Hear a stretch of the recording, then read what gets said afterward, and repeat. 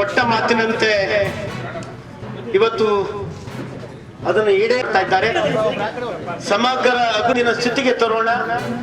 ಇಲ್ಲಿ ಪ್ರಾಥಮಿಕ ಶಾಲೆ ಇಂಗ್ಲಿಷ್ ಮಾಧ್ಯಮ ಇದೆ, ಪ್ರೌಢಶಾಲೆ ಇಂಗ್ಲಿಷ್ ಮಾಧ್ಯಮ ಇದೆ. ಕೊಟ್ಟ ಮಾತಿನಂತೆ ಇವತ್ತು ಅದನ್ನು ಈಡೇರ್ತಾ ಇದ್ದಾರೆ. ಸಮಗ್ರ ಅಭಿವೃದ್ಧಿನ ಸ್ಥಿತಿಗೆ ತರೋಣ. ಇಲ್ಲಿ ಪ್ರಾಥಮಿಕ ಶಾಲೆ ಇಂಗ್ಲಿಷ್ ಮಾಧ್ಯಮ ಇದೆ, ಪ್ರೌಢಶಾಲೆ ಇಂಗ್ಲಿಷ್ ಮಾಧ್ಯಮ ಇದೆ.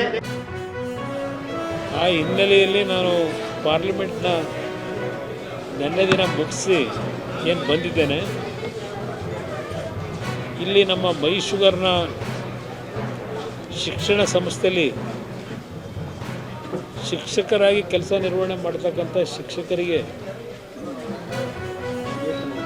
ವೇತನ ಇಲ್ಲದೆ ಕೆಲಸ ಏನು ಮಾಡ್ತಾ ಇದ್ದಾರೆ ಅಂತಕ್ಕಂಥ ಮಾಹಿತಿಗಳಿತ್ತು. ಅದರ ಹಿನ್ನೆಲೆಯಲ್ಲಿ ನಾನು ಶಿಕ್ಷಕರಿಗೆ ವೇತನವನ್ನು ನನ್ನ ಒಂದು ಸಂಬಳ ಏನಿದೆ ಅದರಲ್ಲೇ ಅವರಿಗೆ ಅದನ್ನು ಕೊಡ್ತೀನಿ ಅಂತಕ್ಕಂಥದ್ದು ಏನು ಹೇಳಿದ್ದೆ. ಆ ಹಿನ್ನೆಲೆಯಲ್ಲಿ ಇವತ್ತು ಸುಮಾರು 19 ಲಕ್ಷ ರೂಪಾಯಿಗಳ ಚೆಕ್ಕನ್ನು ಕೊಟ್ಟಿದ್ದೇನೆ.